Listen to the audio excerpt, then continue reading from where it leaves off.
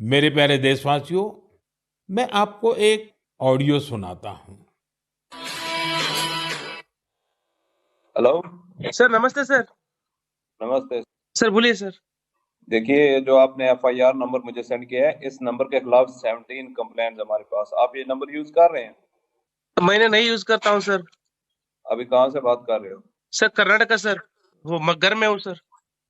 Okay, इसके लिए आप अपनी स्टेट में रिकॉर्ड करवाइए ताकि ये नंबर ब्लॉक कर दिया जाए, फ्यूचर में आपको कोई प्रॉब्लम ना हो। Okay, yes sir.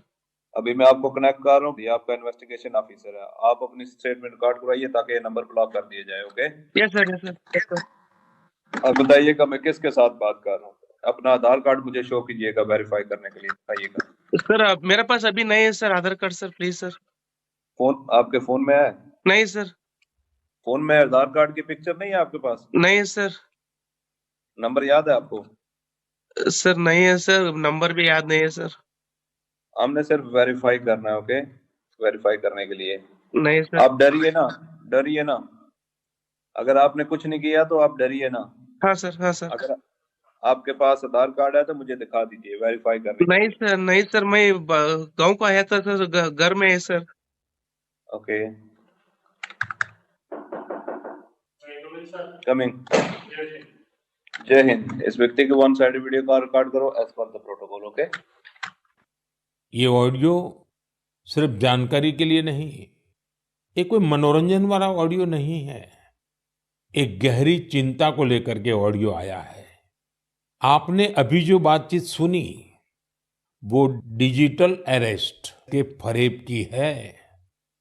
ये बातचीत एक पीड़ित और फ्रॉड करने वाले के बीच हुई है।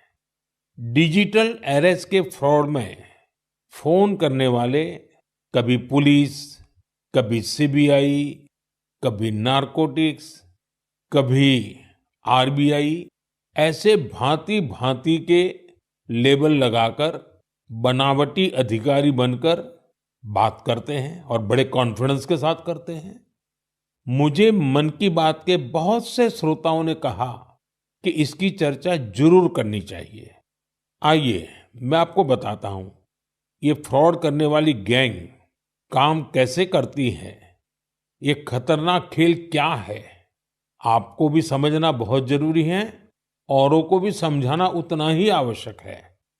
पहला दांव, आपकी व्यक्तिगत जानकारी, वो सब जुटा करके रखते हैं। आप पिछले महीने गोवा गए थे, है ना? आपकी बेटी दिल्ली में पढ़ती है ना? वे आपके बारे में इतनी जानकारी जुटा कर रखते हैं कि आप दंग रह जाएंगे। दूसरा दांव, भय का माहौल पैदा करो। वर्दी, सरकारी दफ्तर का सेटअप, कानूनी धाराएं, वो आपको इतना डरा देंगे, फोन पर बातों बातों में आप सोच भी नहीं पाएंगे। और फिर उनका तीसरा दांव शुरू होता है। तीसरा दांव, समय का दबाव।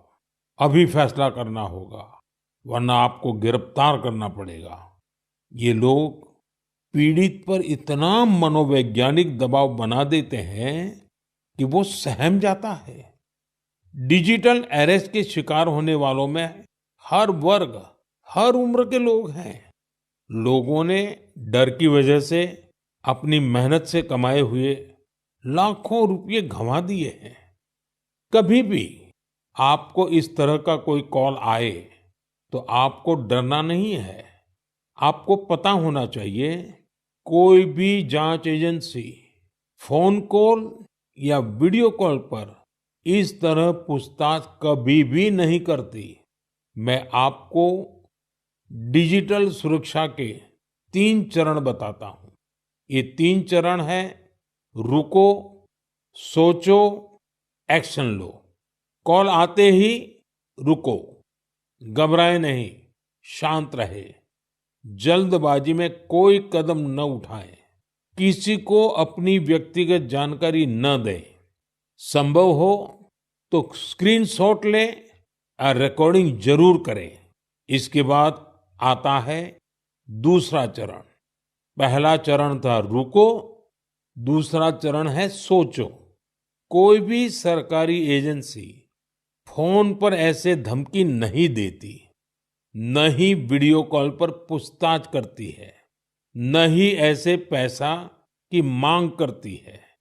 अगर डर लगे तो समझिए कुछ गड़बड़ है। और पहला चरण, दूसरा चरण और अब मैं कहता हूं तीसरा चरण। पहले चरण में मैंने कहा रुको, दूसरे चरण में मैंने कहा सोचो, और तीसरा चरण कहता हूं एक्शन लो। राष्ट्रीय साइबर हेल्पलाइन 1930 डायल करें, cybercrime.gov.in पर रिपोर्ट करें, परिवार और पुलिस को सूचित करें, सबूत सुरक्षित रखें। रुको, बाद में सोचो और फिर एक्शन लो। ये 3 चरण आपकी डिजिटल सुरक्षा का रक्षक बनेंगे। साथियों, मैं फिर कहूंगा, डिजिटल अरेस्ट जैसी कोई व्यवस्था कानून में नहीं है। ये सिर्फ फ्रॉड है, फरेब है, झूठ है, बदमाशों का गिरोह है। और जो लोग ऐसा कर रहे हैं वो समाज के दुश्मन है।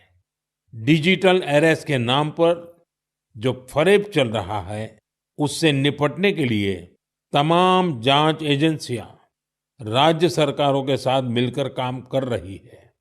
इन एजेंसियों में तालमेल बनाने के लिए नेशनल साइबर कोऑर्डिनेशन सेंटर की स्थापना की गई है। एजेंसियों की तरफ से ऐसे फ्रॉड करने वाली हजारों वीडियो कॉलिंग आईडी को ब्लॉक किया गया है। लाखों सिम कार्ड, मोबाइल फोन और बैंक अकाउंट्स को भी ब्लॉक किया गया है। एजेंसियां अपना काम कर रही है, लेकिन डिजिटल अरेस्ट के नाम पर हो रहे स्कैम से बचने के लिए बहुत जरूरी है हर किसी की जागरूकता, हर नागरिक की जागरूकता। जो लोग भी इस तरह के साइबर फ्रॉड का शिकार होते हैं, उन्हें ज्यादा से ज्यादा लोगों को इसके बारे में बताना चाहिए। आप जागरूकता के लिए हैशटैग सेफ डिजिटल इंडिया का प्रयोग कर सकते हैं। मैं स्कूलों और कॉलेजों को भी कहूंगा कि साइबर स्कैम के खिलाफ मुहिम में छात्रों को भी जोड़ें। समाज में सबके प्रयासों से ही हम इस चुनौती का मुकाबला कर सकते हैं।